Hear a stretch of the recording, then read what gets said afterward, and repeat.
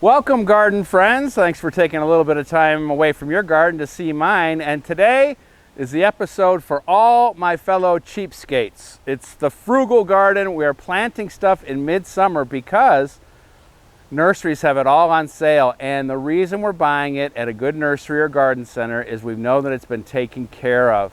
It's been watered, and the stuff that I bought looks great. I got great deals on it. I'm going to show you all that, and also how to save money on statues and pots and all sorts of other stuff. And then we'll talk to Davey Tree about the importance of fertilizing. But let's start right here. These didn't get planted.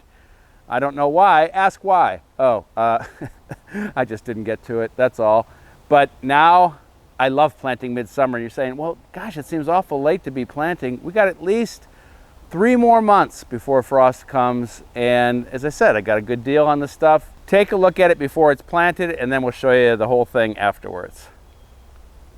We've been really lucky in our shoot dates this year. Last year we dodged a lot of raindrops, but we've been in between the rain for our shoots this year, which is great.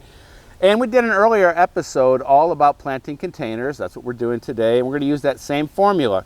We're using this nice looking coleus, and look at that stuff. You know, this stuff's been in that nursery since May, and it looks great. That's going to be our thriller right in the middle.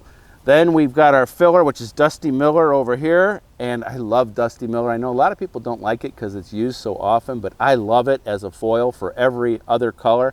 And then our spiller is going to be this sweet potato vine, which again I absolutely love. And you got some chartreuse here, you got some chartreuse here, we got some white, and then I got some begonias and one salvia.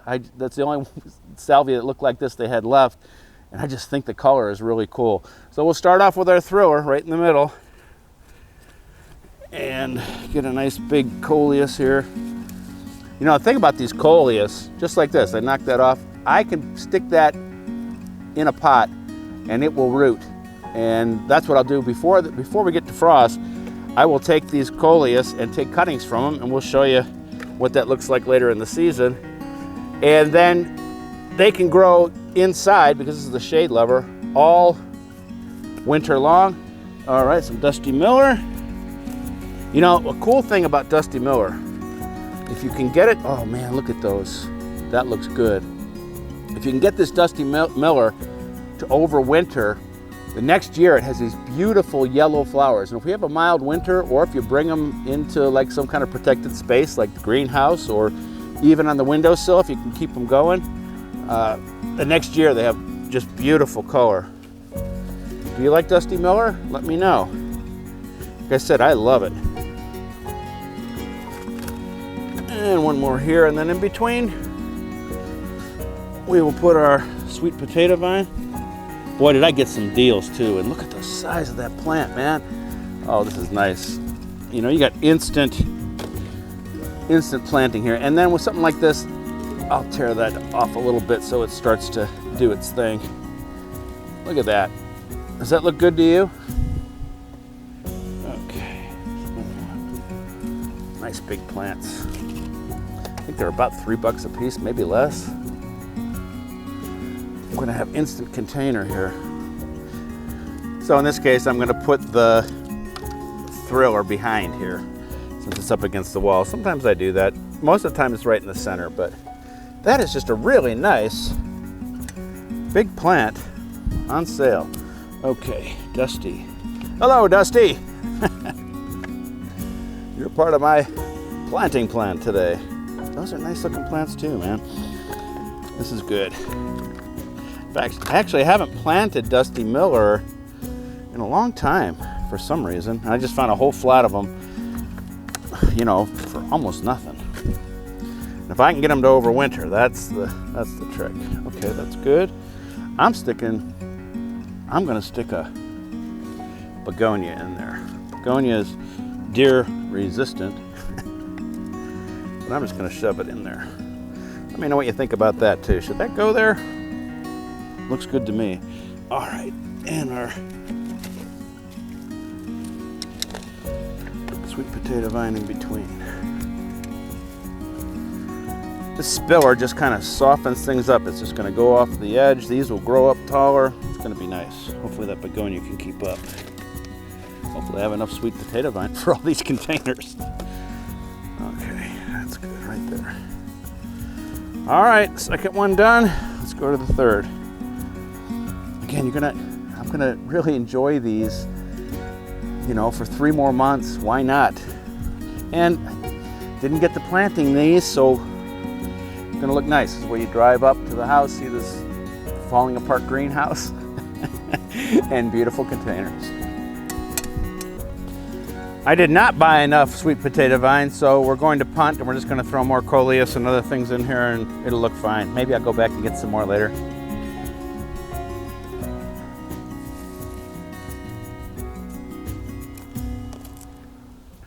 Well, let me know what you think. This is what I have. I think I will probably get a couple other spillers for there. Maybe something else though. Maybe something different for the other ones. I like the color scheme. For locals watching the show, all this stuff came from Han Nursery, which is my favorite nursery. It's only a couple minutes from the house, and usually the best nursery is the one that's closest to your house. Your local garden center or nursery will have deals. Let's go look at something else I got that was a deal when I was last at Han.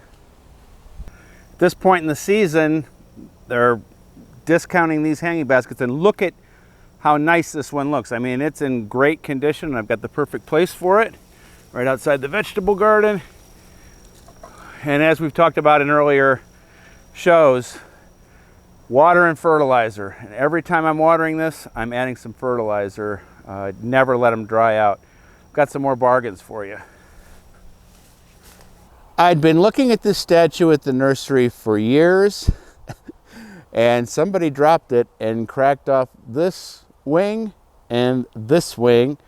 And being the #1 gardening cheapskate, I love gluing this stuff back on. If you look through the garden, you will see all sorts of statues and such without arms, with heads glued back on. And I love getting the deal. And so I found some pots at the nursery the other day. I saw one was cracked in half. Made them an offer. They're like, we just want them out of here. So let's glue them together. I'll show you what I'm using. So why are we doing this job right outside the vegetable garden? Because I threw these into the wheelbarrow, and this is as far as I got with them. I figure I'll set them up in here anyway. This one has a pretty good crack in it, but I'm not going to worry too much about that. But I'm going to put this back together. You know, it's a nice clean break. And I use this stuff. It's got a great name. It's called Goop. And it's just some type of cement glue. And I'm just going to put it down on both sides.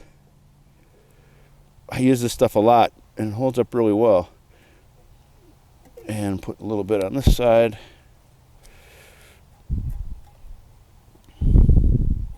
Smells like that glue when we used to put our models together back in the old days.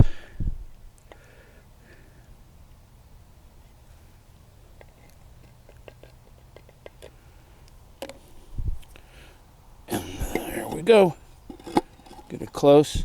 I don't really know if I have to do this, but I'm gonna use this little strap thing to just keep it in place. I'll leave it like this for a day, and then I'll start planting.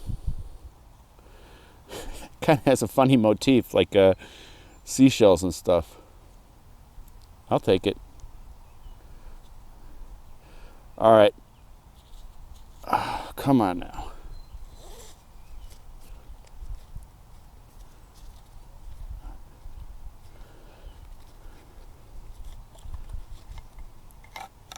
Whoa. See how easy it is? I need an assistant. All right, stay there.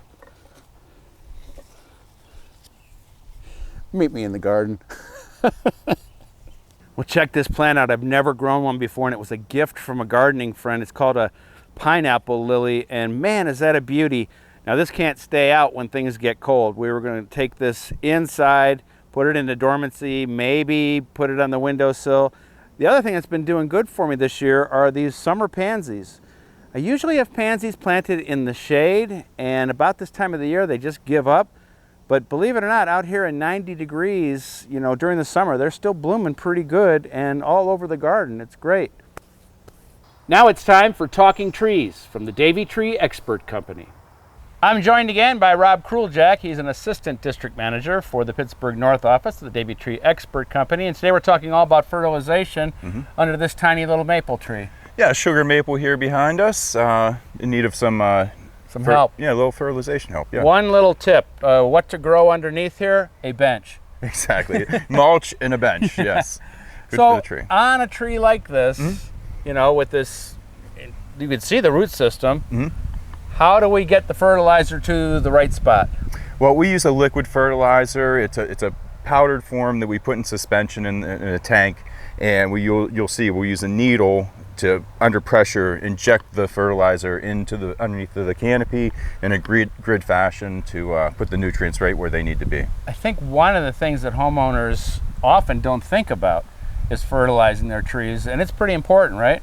It is, especially in the urban landscape where, you know, a lot of the nutrients have been stripped away with the topsoil when the house was built, and they just put down enough topsoil to get some grass to grow. So we were trying to give that tree the environment it wants to be in with a little bit of help with fertilizer. How often should a tree be fertilized, or is it case-by-case basis?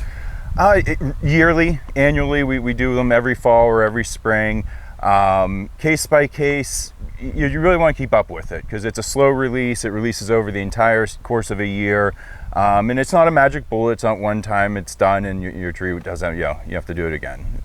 So what type of fertilizer are you guys using? It's called Arbor Green. It's Davey's proprietary mix of fertilizer for all of our fertilizing needs. Is there one type of tree or different types of trees that need more fertilization, or is everything pretty much the same? Everything's pretty much the same, but if we feel, you know, if we do a soil test and feel like some other nutrients or things or the pH needs adjusted, we can make changes to the fertilizer mix at that point. How do I know if my trees need fertilized, or do they need fertilized? They need fertilized, Okay. yes. Unless they're growing in your property's a little bit different. You're really kind of in a forest setting. But anytime you have grass or competition with other plants in your landscape, fertilization is beneficial. All right, let's watch how it's done. All right, take a look.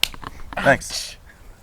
This is Phil Bowerly. He is an ISA certified arborist and plant healthcare technician. I tried about 5 times to get that out, but I couldn't.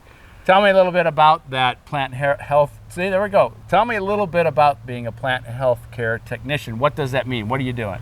So for Davey and for plant healthcare in general, we look for pests, we look for diseases, and we take care of the nutritional needs of trees and shrubs. On a big maple like this, how long is it going to take for you to get the right amount of fertilizer in there, and how do you know how much fertilizer to put in? We do about a half gallon per injection point, and it is an injection point per 3 feet. Okay.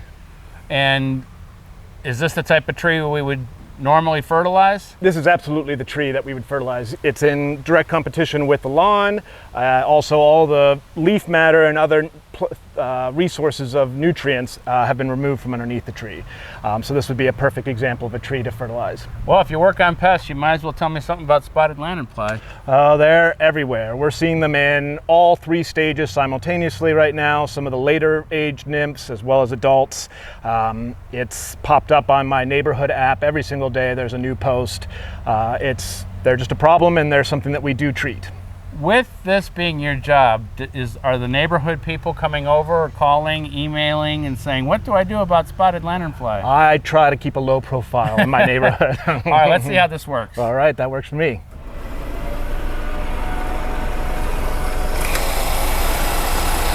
So with our injector probe here, we try to get 4 to 12 inches into the ground. And based on the soil's conditions, that's how far we can get there. And we try to do 1 every 3 feet.